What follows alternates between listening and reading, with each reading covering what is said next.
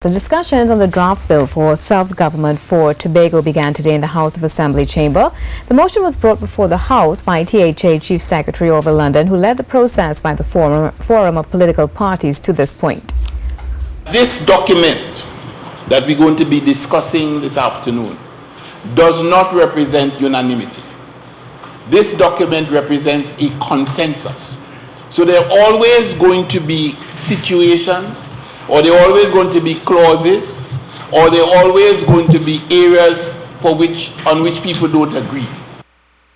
The Chief Secretary and Secretary for Tourism, Tracy Davidson Celestin, contributed to the discussion. The decision to pursue internal self-government was not a decision that this Assembly made on its own accord, but it is rather the outcomes of various consultation and lending a listening ear to the public, to the needs and wants of the people on the island, and to a further extent, the people of Trinidad.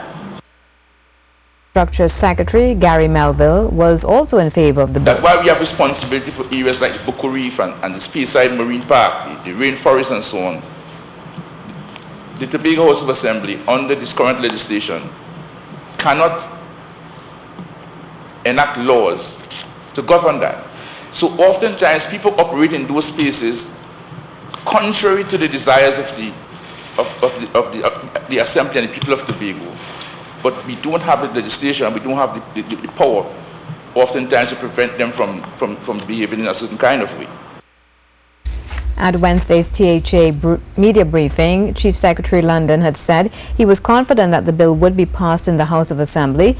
It must be noted, however, that there's currently no opposition in the Tobago House of Assembly after the PNM's 12-0 victory in 2013.